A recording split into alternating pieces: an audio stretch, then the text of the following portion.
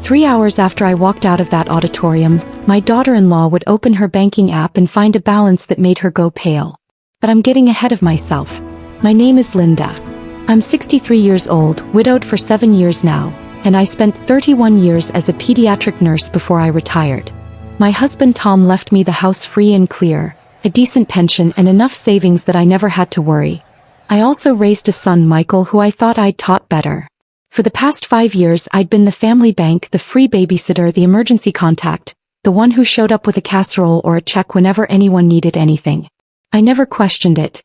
I thought that's what mothers did. It was a Tuesday afternoon in late May when everything changed. The high school auditorium smelled like floor wax and too many people in a warm room.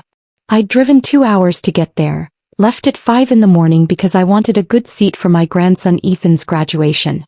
I was wearing the navy dress I'd bought specifically for the occasion, and I'd brought flowers. Yellow roses, his favorite. I was standing near the family seating section, program in hand, when my daughter-in-law Jennifer walked up with her mother and 2 sisters.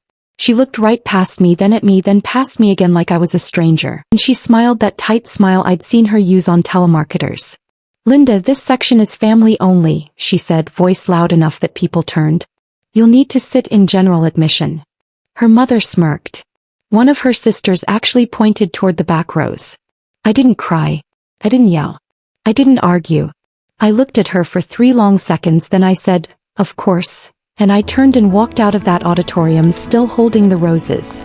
I sat in my car for 20 minutes in that parking lot, hands on the steering wheel, watching families stream inside. That's when it really hit me, the full shape of the last 5 years. I'd paid $18,000 toward Ethan's braces when Jennifer said their insurance wouldn't cover it. I'd co-signed the lease on their bigger apartment when their credit wasn't good enough. I was still paying for the family phone plan, all 4 lines, $192 a month.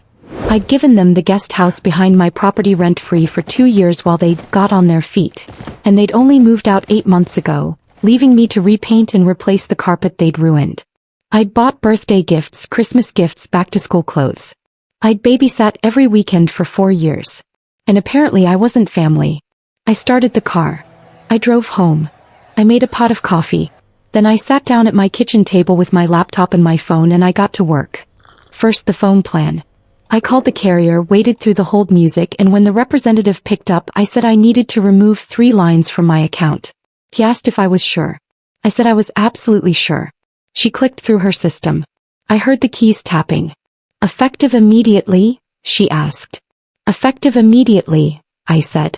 Confirmation number 8834-7721B.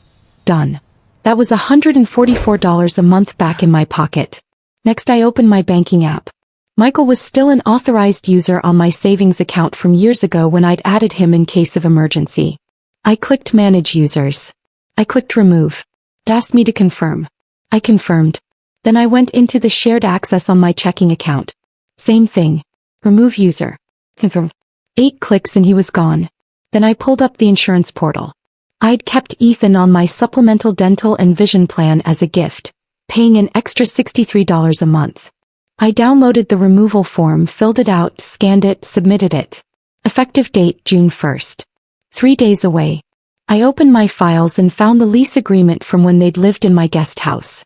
They'd left 2 months of utility bills unpaid when they moved out, saying they'd get it to me later. $417. Let it slide. I opened my email and sent Michael an invoice, itemized, with a due date of 7 days. Then I looked around my house. The guest room. Jennifer had stored her entire off-season wardrobe in my guest room closet because their apartment didn't have enough space. She'd been keeping it there for 8 months. I walked upstairs, opened the closet, and started pulling out boxes and garment bags. 12 boxes. I hauled them downstairs, stacked them in the garage, and sent a text to Michael with a photo. Jennifer's belongings. Pick up by this Saturday or I'm donating them. I sat back down. I thought about the money I'd been setting aside, the little fund I'd been growing to help them with a down payment someday. $11,200. I logged into that savings account and transferred every penny of it into a new account. Then I opened a travel site. I'd always wanted to see Ireland. Tom and I had talked about it. I found a 2-week guided tour departing in September. Small group, castles, coastline, everything. $3,800. I booked it. Paid in full. It was almost midnight when I finally turned off the lights and went to bed. I felt calm. I felt clear. The next morning my phone rang at 7:45. It was Michael. Mom, what the hell? My phone's not working. I removed you from my plan, I said. You're an adult. You can get your own. You what? Why would you do that? Because I'm not family apparently. Jennifer made that very clear yesterday. Silence. Then, Mom, she didn't mean it like that. She pointed at the door, Michael. In front of 50 people. She was just stressed. It was a big day. I'm sure it was.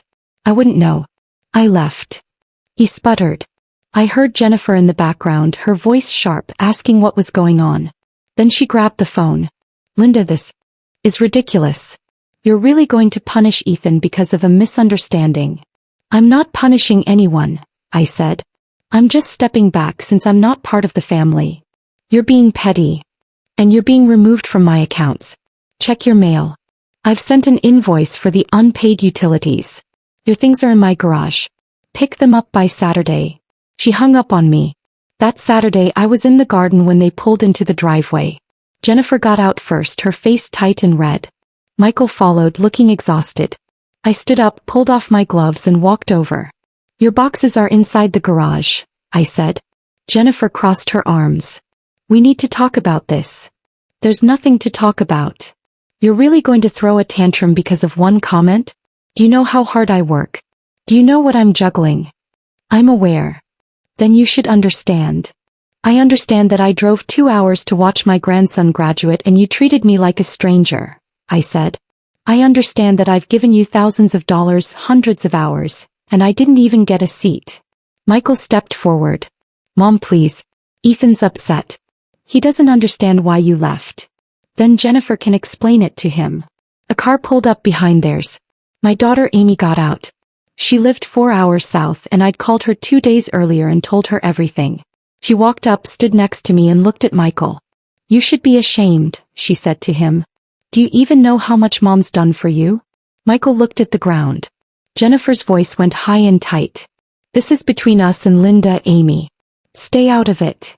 Amy laughed. You made it family business when you humiliated her in public. Jennifer turned to me. Fine. Fine. I'm sorry, okay? I'm sorry. Are you happy? Can we move on? Your things are in the garage, I repeated. I'll give you 30 minutes. They loaded the boxes in silence and left. 6 weeks later, Amy called me while I was picking up groceries. You'll love this, she said. Jennifer had to get a weekend job. She's working retail at the outlet mall. Good for her. And they had to move. Smaller place. The landlord wouldn't renew without a cosigner and apparently they couldn't find one. I didn't say anything. Michael's barely talking to her from what I hear. Ethan asked if he could come stay with you for a week this summer. What did you tell him? I said he should call you himself. He did 2 days later. I said yes. Just him. Not his parents. In late July, Jennifer sent me a text. It was long, rambling, softer than anything she'd ever sent before. She said things were hard. She said she missed my help. She said maybe we could work something out, start over. I read it twice. Then I replied, I hope things improve for you. I'm not available to help right now. Take care. She didn't respond. In September I flew to Dublin. I saw cliffs and castles and green hills that went on forever. I had tea in a pub that was older than my country. I bought myself a wool scarf the color of heather. I didn't check my phone much. When I got back, the house was exactly as I'd left it. Quiet. I made a cup of tea and sat on the back porch and watched the sun go down over the guest house, which I'd decided I was going to turn into a studio. Maybe for painting. Maybe just for sitting. Here's the thing I wish I'd understood earlier. Love is not the same thing as letting people take from you. Being a good mother doesn't mean being a doormat. And the people who truly value you will never make you feel like you have to earn your place at the table. For years I thought setting boundaries was selfish. I thought saying no meant I didn't care. But what I learned standing in that parking lot with a bouquet of roses and a broken heart, is that sometimes the most loving thing you can do is stop letting people treat you like you don't matter. You teach people how to treat you. I taught them I'd accept anything. So I had to unteach it. That's not cruelty. That's self-respect. And it's never too late to start.